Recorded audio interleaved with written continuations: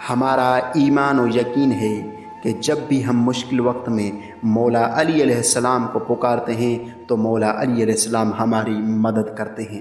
اس سلسلے کی ایک کڑی کا آج کا یہ حقیقی اور حقیقت پر مبنی یہ قصہ ہے جو ہم آپ کی خدمت میں پیش کرنے جا رہے ہیں۔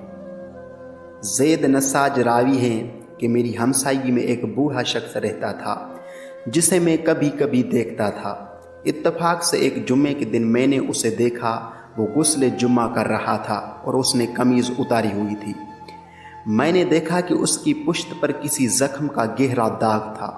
میں نے اس سے اس داغ کے متعلق پوچھا تو وہ پہلے ٹال مٹول کرنے لگا، لیکن میرے بے حد اصرار پر اس نے جو حقیقت پر مبنی یہ قصہ سنایا وہ یہ تھا۔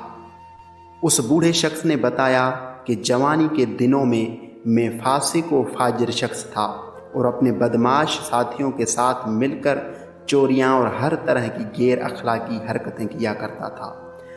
ہم دوستوں کا اصول تھا کہ باری باری ایک دوسرے کو اپنے ہاں کھانے کی دعوت دیتے تھے۔ میں دوستوں کی دعوتوں میں شریک ہوتا رہا، یہاں تک کہ دوستوں نے بتایا کہ ایک رات بعد تمہاری دعوت کی باری ہے۔ میں یہ سن کر گھر آیا اور یہ سوچا کہ کل رات تو میرے دوست میرے ہاں مہمان ہوں گے، لیکن میرے گھر میں اتنا مال نہیں ہے کہ میں انہیں پرتکلف دعوت دے سکوں۔ یہ سوچا اور گھر سے تلوار اٹھائی اور کوفہ کے باہر چلا گیا۔ میرا ارادہ یہ تھا کہ کوئی نہ کوئی بھولا بھٹکا مسافر یہاں سے گزرے گا تو میں اسے لوٹوں گا اور لوٹ کے مال سے دوستوں کو دعوت دوں گا۔ مجھے انتظار کرتے ابھی تھوڑا سا وقت ہی گزرا تھا کہ میں نے دیکھا کہ دو عورتیں اس راستے پر چلی آ رہی ہیں۔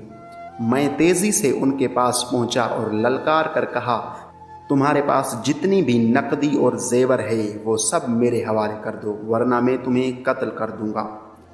عورتیں گھبرا گئیں اور انہوں نے جو کچھ جواہرات اور نقدی تھی میرے حوالے کر دی۔ میں نے دیکھا تو ان میں سے ایک عورت بوڑھی تھی جبکہ دوسری خوبصورت اور جوان تھی۔ شیطان نے مجھے ورگلایا۔ میں نے جوان لڑکی کا ہاتھ پکڑ لیا اور چاہا کہ اس مسکین لڑکی سے زنا کروں۔ بوڑھی عورت نے مجھ سے چھین کر اسے لپیٹ لیا اور کہا، اپنا ہاتھ اس سے دور رکھ، یہ میری یتیم بھانجی ہے، کل اس کے چچا زاد سے شادی ہونے والی ہے۔ اس نے مجھ سے آج جمعے کی رات یہ خواہش کی تھی کہ امیر المومنین علی علیہ السلام کی زیارت کرا لاؤں، کیونکہ شادی کے بعد نہ جانے اسے مولا کی زیارت کب نصیب ہو۔ ہم دونوں نجف جا رہی ہیں اور وہاں جا کر امیر المومنین علی علیہ السلام کی زیارت کریں گی، لہذا تم اسے رسوا نہ کرو۔ بوڑھی عورت نے جتنی بھی التجا کی میں نے ایک نہ سنی بلکہ اسے مارا اور میں نے جوان لڑکی کو زمین پر گرا دیا۔ اس وقت لڑکی نے زور سے کہا، میرے مولا علی میری مدد کو آؤ۔ جیسے ہی اس نے مولا علی علیہ السلام کو اپنی مدد کے لیے پکارا تو مجھے اپنے پیچھے سے کسی نے حکم دیا، اس کو چھوڑ دے۔ میں نے تکبر سے کہا، تو اس کی سفارش کرنے والا کون ہوتا ہے؟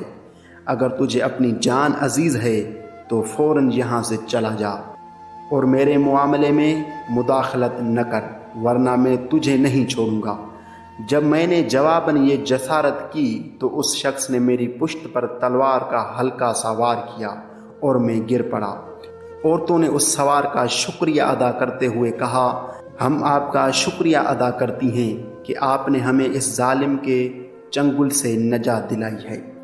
آپ ہم پر احسان کریں اور ہمارے ساتھ نجب تک چلیں۔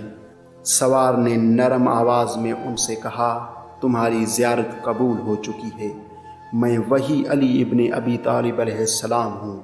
جب میں نے یہ سنا تو میں سخت شرمندہ ہوا اور میں امام علی علیہ السلام کے قدموں میں گر پڑا اور میں نے عرض کیا، میرے مولا، میں اپنے کیے پر سخت و نادم ہوں اور میں توبہ کرتا ہوں، خدا را آپ علیہ السلام مجھے معاف فرمائے۔ امام علیہ السلام نے فرمایا، سچے دل سے کی جانے والی توبہ قبول ہوتی ہے۔ میں نے کہا، مولا یہ زخم مجھے بہت زیادہ اذیت دے رہا ہے۔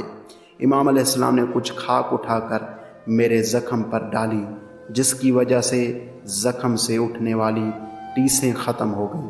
میرا زخم تو مندمل ہو گیا لیکن اس کا اثر آج تک باقی ہے۔